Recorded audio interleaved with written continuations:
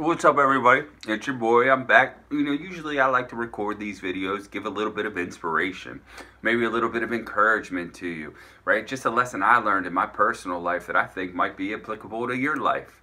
But today I want to do something a little bit different. I've been in ministry for a little bit over 5 years. I'm no veteran. I don't know it all. But one thing I do know is that I did a lot of things wrong. I wish I didn't do a lot of things wrong. I feel like this information that I'm about to share with you might have been helpful. I'm going to share 3 tips to run an effective meeting. So let's jump right in. Ministry tip number 1. Say you're that leader, you're leading the icebreaker, the crowd breaker, whatever it is. You're going to get everybody involved. You're going to get everybody up on their feet and jumping, get hyped for the night. And you look at the agenda and you have this proposed curriculum and you say, this game is stupid. I don't want to do this game. I would never play this game. So you're kind of sitting back and you get the cue that it's you. And you start kind of sitting up all slow. All right, everybody. This game is really stupid. It's probably going to go terrible. But don't blame me. Blame Jake. He's the one that sent it to me. No. Then everybody's going to be like, man, it's going to be dumb. Why do I want to participate in this? Instead, when you're sitting back, you get the cue, say, let's go, everybody. I need everybody on their feet. We're going to get started. We're going to play this game. I need everyone to participate. And you walk around the room. You pull people up. They're going to pull their friends up. And before you know it, everybody is involved. And wouldn't you know it, it might be a home run game. Maybe it's not, but at least you gave it your all. At least you gave them the opportunity to make the decision for themselves. Now, that's ministry tip number 1. Let's go on to ministry tip number 2. Now, after the games that we play, a lot of times we lead into a discussion. Starts very surface level, very easy questions, and eventually gets just a little bit deeper. Now, one of 2 things can happen during this discussion. Number 1, you ask a question, then you sit.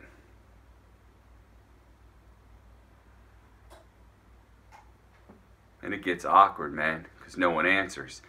It gets quiet in there. You don't know what to do. Hey, that's okay. Silence is good. Give them an opportunity to respond, man. If not, call someone out. Call an outgoing person. The second thing that could happen is you got Mr. Talkslot over there in the corner. The dude or the girl that wants to answer every question. They know everything. Jesus.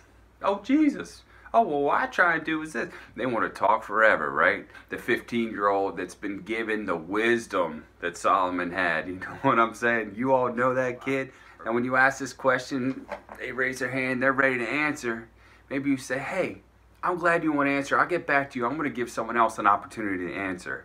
And what that does is maybe Janie over there who wants to answer a question, she might pipe up a little bit. She might share a little bit. Then when you know it, you got a good discussion going on.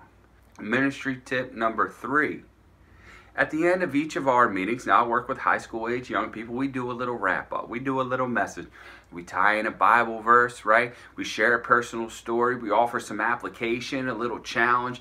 And then we always invite them to get together with a leader or 2 outside of that campus life meeting that I do so that we can dive deeper with them. Now here is what I wish I would have done from the very beginning. A lot of times if I'm doing the wrap up and I'm sitting in a chair, I'm kind of cozy. Everyone else is kind of cozy. I say, all right, so now we're going to talk about, and I stay seated. But what I learned is when I get up and I start walking around the room and I make my way over here and I make my way over there and I'm sharing, it gives the kids an opportunity for whatever reason to look up and to kind of follow me. Keeps their mind a little active. Sometimes I might have a ball in my hand. I might throw it up and down. And they'll be looking at me. If there's 2 kids over here chit-chatting, you know, usually boyfriend and girlfriend or whatever, I make my way over there slowly. I don't call them out quite yet, but I might make my way over there. And when I get close, their eyes kind of go up on me. And then I stand there. Then what ends up happening is they end up being quiet and they listen for a second. And then I know I got them for at least another minute, so I might make my way to the other side of the room. So let's do a quick review. Ministry tip number 1. Whenever you're leading a game, be energetic, be enthusiastic, be ready to go. Get everybody hyped. Ministry tip number 2. When leading a discussion, don't be afraid of that silence. And don't be afraid to tell Mr. and Mrs. Talks a Lot, hey, hang on, I want to hear from some other people. Now, ministry tip number 3.